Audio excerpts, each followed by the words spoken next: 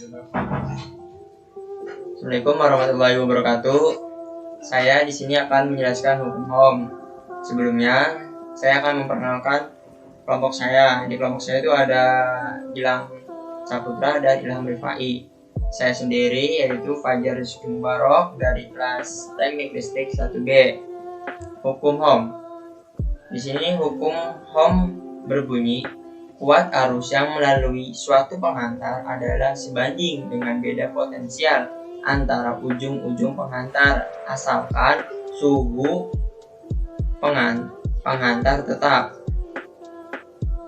Ada George Ohm juga menyatakan dalilnya dalam bentuk persamaan 1 sama I sama dengan V dibagi R, di mana I itu kuat arus, satuannya ampere.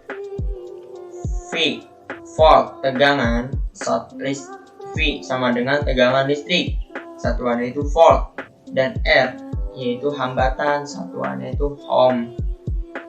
Hukum Ohm contoh, arus listrik 2 ampere mengalir melalui seutas kawat penghantar ketika beda potensial 12 volt diberikan pada ujung-ujungnya. Tentukan hambatan listrik pada kawat tersebut. Nah, di sini kita ditanyakan untuk mencari R atau hambatan resistansi. Diketahui I itu kan arus, sama dengan arusnya itu 2 ampere. Nah, voltnya berapa volt? Tegangannya itu 12 volt. Ditanya R resistansi atau hambatan. Jawab. Volt, masuk rumus. V sama dengan I dikali R. Nah, di sini 12, V-nya 12 volt sama dengan I-nya 2 dikali R. Ini dibagi 6, jadi 12 dibagi 2 yaitu 6 ohm. Resistensinya berarti 6 ohm. Satuan-satuan pada hukum Ohm. Agar dapat dilakukan operasi aljabar, maka satu harus diubah ke dalam standar internasional. Misalnya R sama dengan satuannya ini ohm. Kalau I sama dengan satuannya itu ampere atau A, dan tegangan yaitu V sama dengan volt. Nah, di sini satuan ohm pengali 1 kilo ohm, berarti kilo itu 1000, berarti 1000. Kalau mega itu 1.000.000 ohm.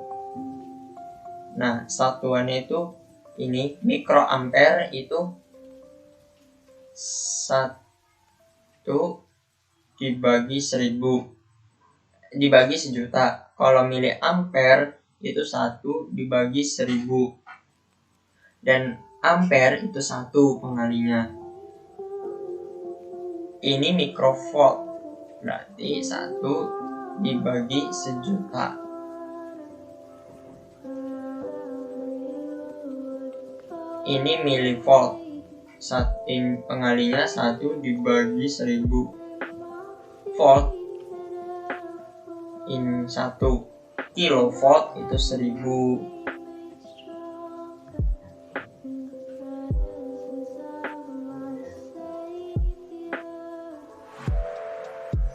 Selanjutnya saya akan melanjutkan presentasi dari Mas Fajar Rizky Mubarok, yaitu tentang mengukur kuat arus listrik.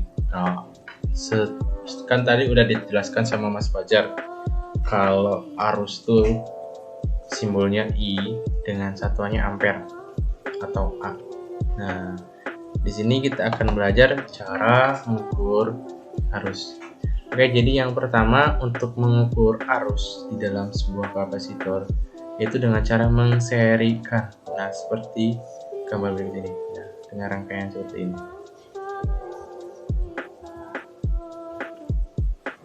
Oke.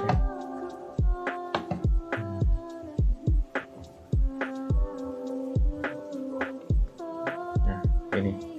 Ini rangkaiannya kayak gini ya, ini rangkaian seri namanya. Dikarenakan yang pertama di seri dari sumber, itu sumber sini, lanjut ke alat ukurnya atau ampernya, lanjutkan ke beban, habis itu dari beban dikembalikan lagi ke sumber yang beda potensial, dalam artian yang ini plus, yang ini min.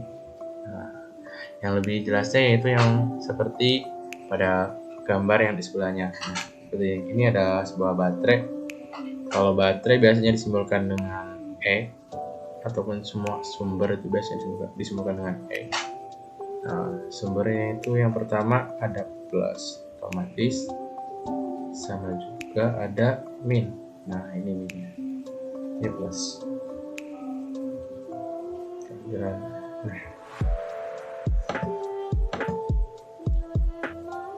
oke. Dari sumber ini arus akan melewati. Nah, dari sumber sini ya, arus akan masuk ke dalam alat ukur, atau biasanya alat ukurnya kalau nggak ampere meter, multimeter. Nah, kalau pengen tahu, multimeter itu adalah alat ukur yang bisa mengukur arus, terus ada tegangan, ada juga ohm, juga hambatan, juga tekanan juga bisa. Itu multimeter tuh fungsional. Nah, ini harusnya 1 ampere udah terbaca di sini. Habis, nah ini biasanya ke sini. Nah, ini kutub probe-nya, probe plus, yang ini probe minus. Nah, udah masuk ke dalam inputan di alat ukur, maka akan keluar di sini di probe yang minus. Nah, dari probe minus ini dilanjutkan ke kapasitor sini. Nah, ini R. Lalu biasa disimbolkan dengan R. Nah, lanjut dari R, nanti akan dilanjutkan ke yang sini. Kembali lagi ke sumber yang minus, kutub yang minus. Nah, kalau rangkaiannya kayak gini benar, biasanya hasil ukurnya akan terbaca seperti ini. Untuk rumusnya sendiri, untuk mencari arus, terus bukan dengan I ya guys. Nah, I sama dengan F bagi R. Nah, seperti ini yang sudah dijelaskan oleh Mas Fajar di awal video tadi. Oke, untuk selanjutnya, kalau nggak ada pertanyaan, lanjut ke yang mengukur beda potensial. Nah, oke.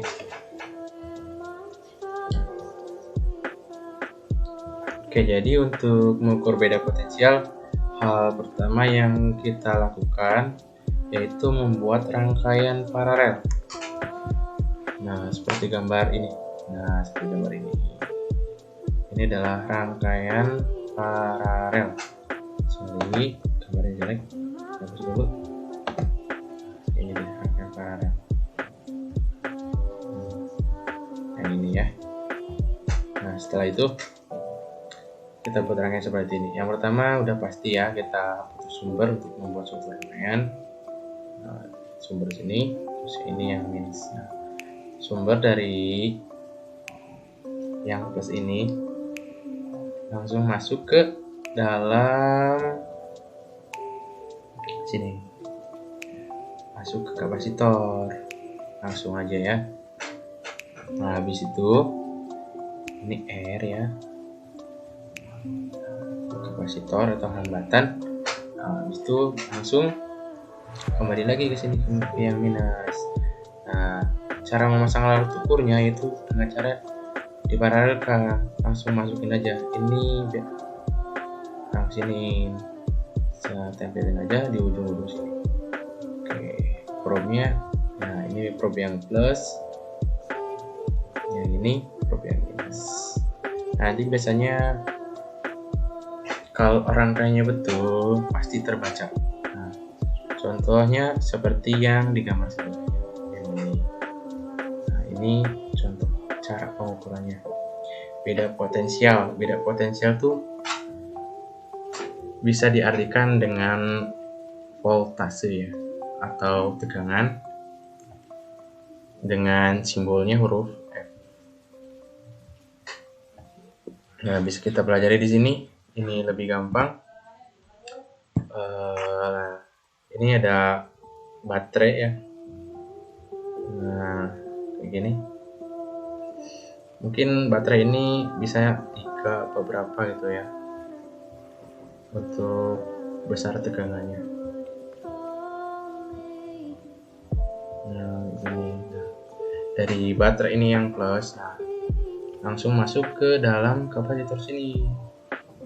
Nah, langsung jumper aja ke kapasitor. Nanti outputan dari sini, dari kapasitornya lanjut aja lagi ke baterai sini yang plus. Nah, untuk alat ukurnya sendiri, alat ukur ini probe plus, probe minus. Nah, probe plusnya kita sambungkan ke sini, langsung aja jumper seperti gambar di sini. Jumper sini, lalu jumper sini. Nah, habis itu maka gambar tegangannya pasti muncul di sini di multimeter atau di voltmeternya. Kenapa 3 kalau di sini 2,5? Yang pertama, jadi arus yang dari baterai kan melewatin kapasitor. Nah, otomatis hasil pembacaan di sini itu udah melewati kapasitor. Udah hasil kapasitornya berapa, kuat menahan harusnya. Mohon maaf, untuk menahan tegangannya. Jadi seperti ini itu. Kalau ada yang bingung boleh ditanyakan nanti via grup WhatsApp atau langsung tanya aja pas ketemu. Dan tentang penerapan animasi hukum Ohm, saya akan melanjutkan presentasi saya. Tadi selesai Mas Gilang, saya Ilham Eva. Hukum Ohm dalam lambang Pi adalah tegangan dan simbol I adalah arus, dan jika simbol R adalah hambatan. Nah, di sini kita akan coba jika kita kasih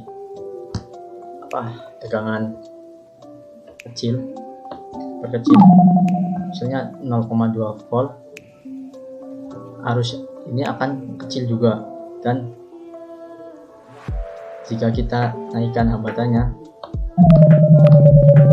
jadi 457 ohm, arus ini akan naik sedikit, akan turun sedikit, akan turun. Semakin besar hambatannya walaupun voltnya semakin kecil, arusnya akan semakin kecil. Jika hambatannya semakin kecil, arusnya akan semakin besar. Dan jika volt atau tegangannya kita perbesar, misalnya 1,8 volt, maka arusnya juga akan besar. Dan jika voltnya kita besarkan, tegangan kita besarkan juga, maka arusnya akan turun. Untuk prinsipnya, jadi semakin besar tegangan pada rangkaian, semakin besar arusnya. Semakin besar arusnya, dan jika semakin besar hambatan pada rangkaian, akan semakin kecil arusnya. Oke, segitu penjelasan dari saya tentang animasi ini. Jika ada kesalahan, mohon maaf. Assalamualaikum warahmatullahi wabarakatuh.